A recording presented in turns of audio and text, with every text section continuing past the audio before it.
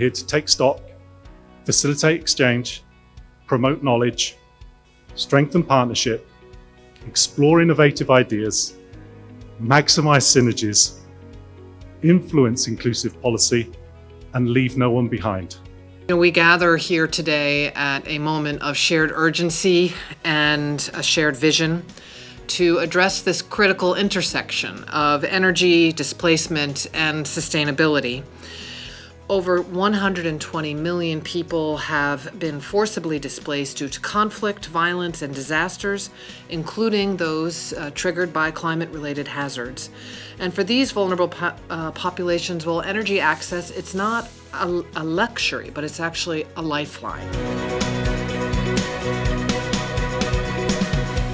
The National Climate Action Plan 2023-2027 requires that various actors, including the national government, county governments, private sector, the civil society, youth groups, community-based organizations, and development partners play a key role in realizing the goals of the National Climate Action Plan.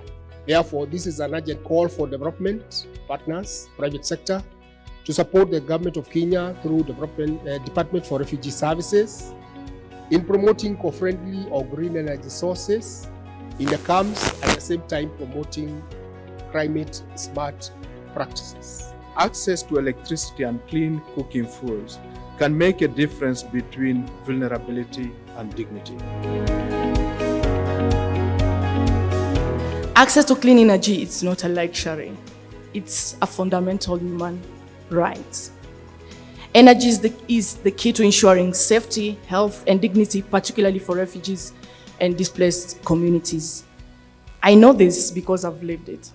We cannot separate clean energy and climate adaptation. When you visit refugee settlement, 99% of the population depends on biomass. In emergencies, humanitarian organizations focus on humanitarian needs, ignoring the long-term climate goal.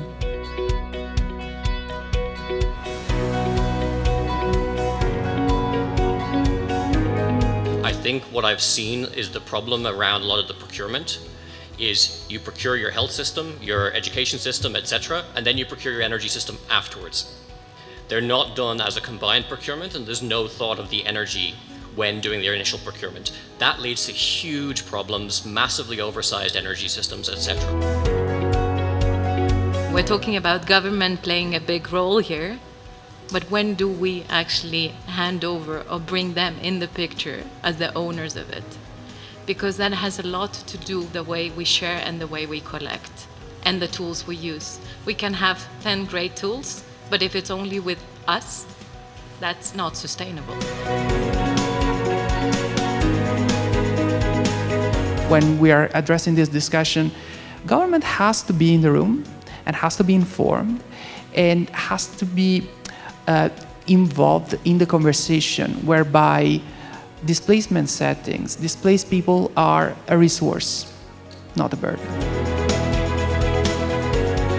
How can we, through refugees and host community, actually lift them all out of poverty by actually giving them an opportunity to work, build businesses, and be engaged for their own future? We want to get rid of humanitarian aid and transform it into development cooperation, and by that enable those people to sustain their own lives, and in particular women, and to protect women. And this is all not possible without finding solutions for the energy questions.